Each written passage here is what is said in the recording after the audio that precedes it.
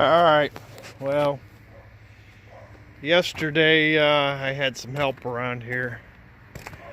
We couldn't go very far in the field. It rained some more. I was able to get into the field this morning for a little bit, but only in a dry field. Got some disking done.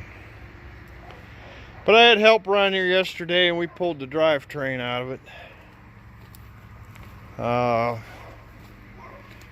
The 7.3 IDI is in the shed with the skid loader down there, and I just got busy here and took the fenders off, and I'll have to say that little bit of rust right there is the only rust on the fenders, other than the infamous clear coat peeling off the dumb things.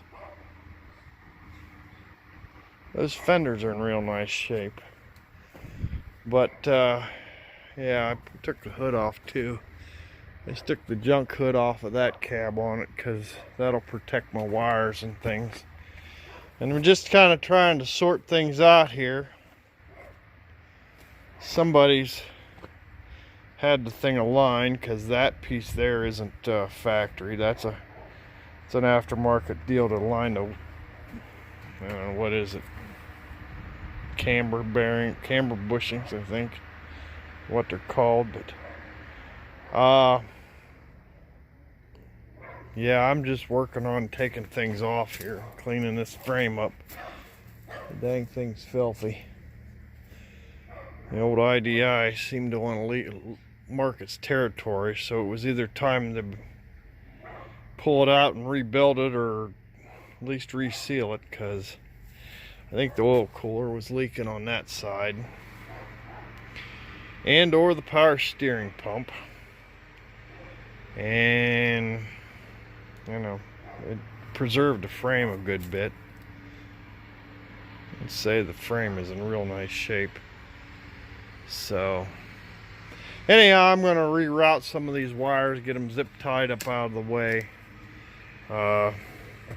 get this frame cleaned up, and get Ford's lovely twin I-beam suspension out of there, because I don't know of anybody that likes that. It did work, but anyhow, that's what I'm up to today. Thanks for watching. Alright, we're gonna do away with this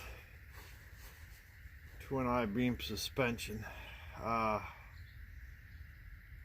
got the center pivots all loose. I've got the springs loose. I got one shock bolt to get out, and them rear radius arm brackets, and she's ready to drop out. I got to take this other wheel off. I've already taken the lug nuts off of it. Too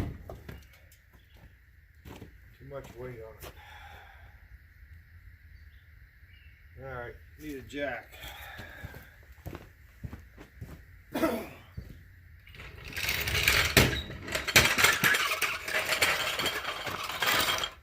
And it is snowing. So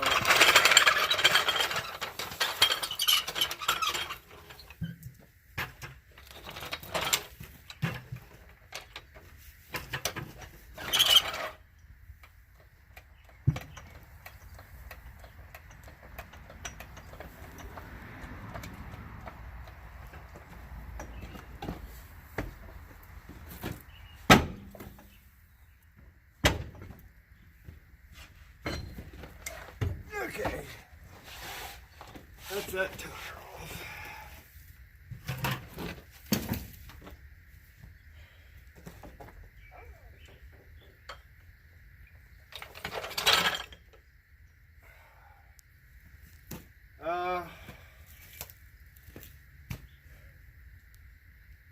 Let me see if I can get that shock absorber.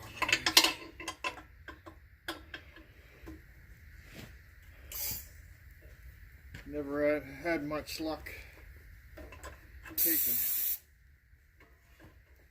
shocks off without a torch.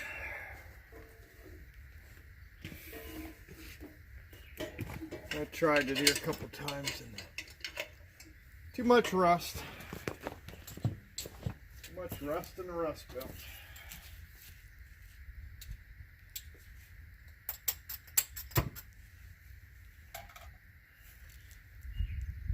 Like Jeff Bradshaw says, don't do that. Don't light your torch like that.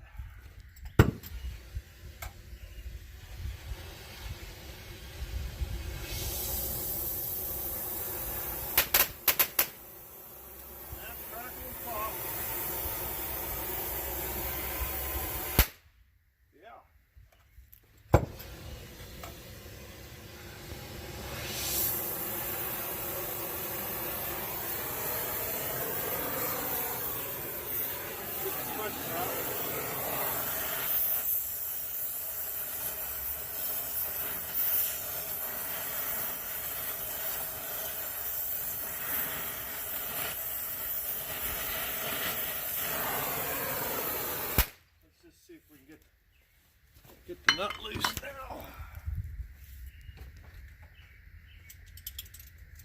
Gotta get rid of these mittens.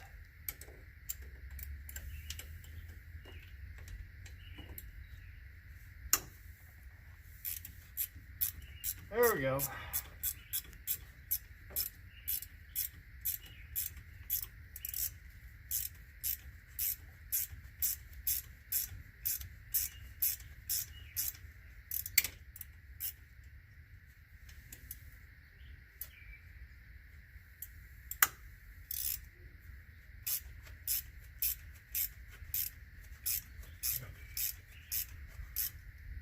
A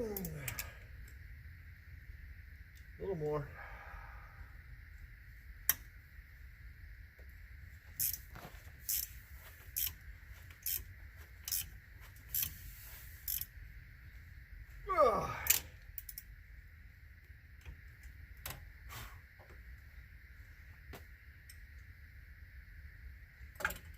Try a little more heat. It cooled off on me.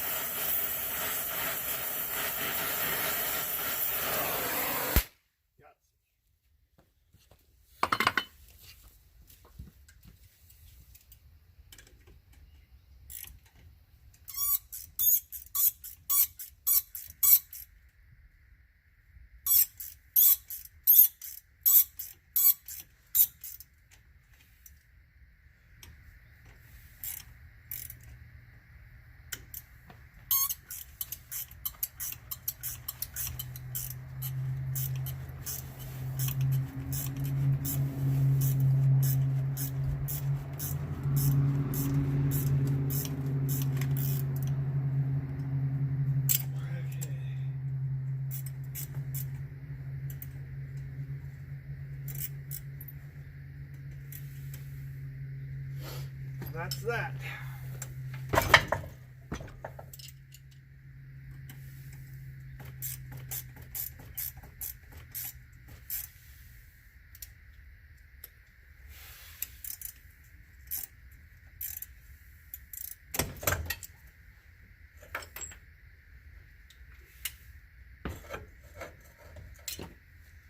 Okay, the only thing left is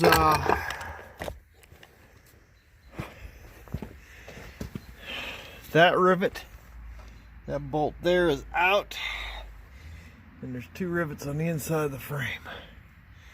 Now the far one over there, I got a wire. I gotta move that wiring harness, so I'll set you up here.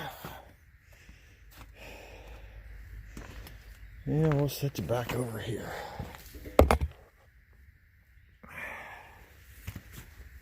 See if we can knock them tops off them rivets.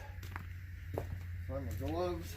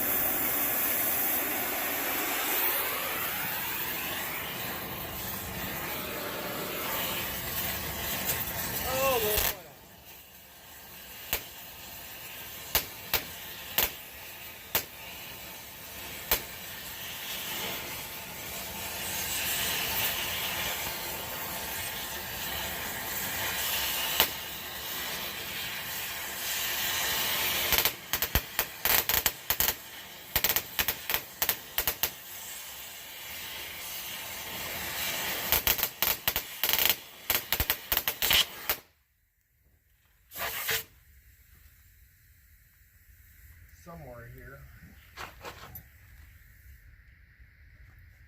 I have a leak. Still.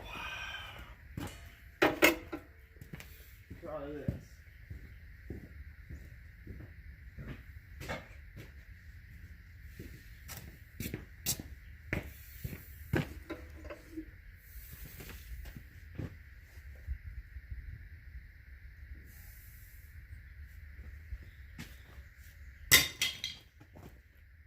Okay, try it again.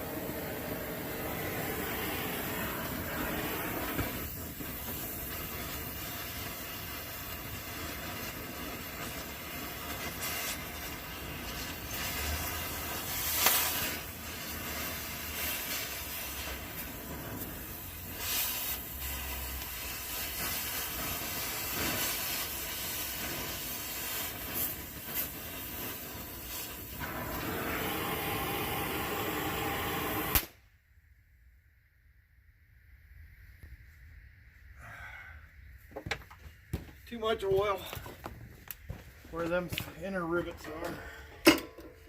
So, alright, I'm gonna get the grinder and grind the heads off them inner rivets, and I'll bring you back. Alright, I wanted to show a little bit of this, pushing these ball joints in. Yeah.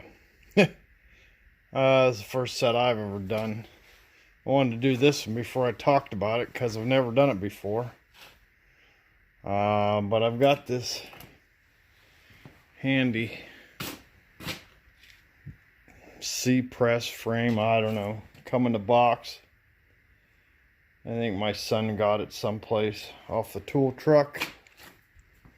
And I don't know, comes with all these cups and covers, and you got to put that on there and this on here, and that C-clamp goes around that and pulls it together. I have to say, my red truck has ball joints, and let me tell you what, it was or not ball joints, kingpins, and that was a whole lot easier. There was some high torque on the pin to put in, but other than that, it was a walk in the park compared to this menagerie. Now I cleaned up these counter bores, made sure I didn't have any paint. There's one down here too. I scraped all my paint out of that and cleaned up the rust, and I cleaned the bores out so they were shiny. So you'd think they just press right in there, but it takes some grunting and twisting. So I'll set it up here and bring you back. Alright, I got it set up in here. And let me tell you what, it takes 3 hands. And I'm not sure I'm doing it right. No, it's not that inner cup. Although, I don't know, it's sitting down in there. I don't know. It takes about 3 hands or 4 hands to hold it all together, and I'm by myself, so I'm gonna see if I can get that wrench the rest of the way in there.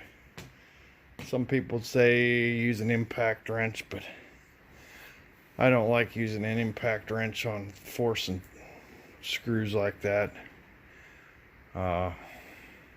First it's hard on the impact wrench, but it beats up them threads pretty bad, and it ain't my tool, so I'm using a ratchet and I'm out of breath, so I'll bring you back.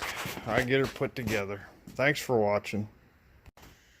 Alright, I got that one in. Got the snap ring on, the grease fitting in. Set up for number 2, and this one pushes a whole lot easier. And it's knurled. I don't know. It's a lot of work, but I only have to do it 4 times, so yeah. Alright, I'll bring you back.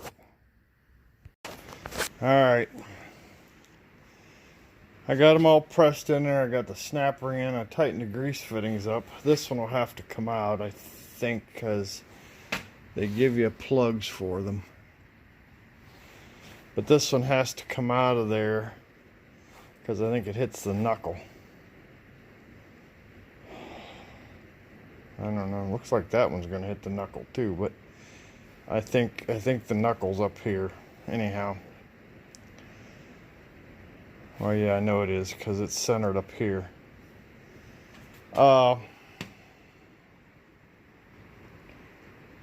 Anyhow, yeah. I'm going to test fit these things on there. I think I'm going to call it a night. I got the rubbers on. They'll have to be greased afterwards, but and this takes a bushing up here. This one fits right in the housing, so alright, I'll bring you back here in a second. There it is.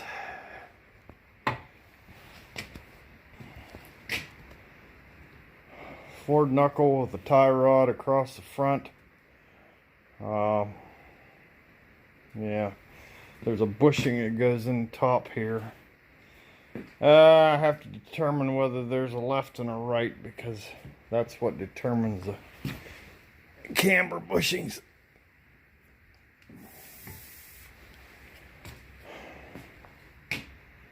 But then the axles slide in the hole, and the spindles go on, and then the hubs.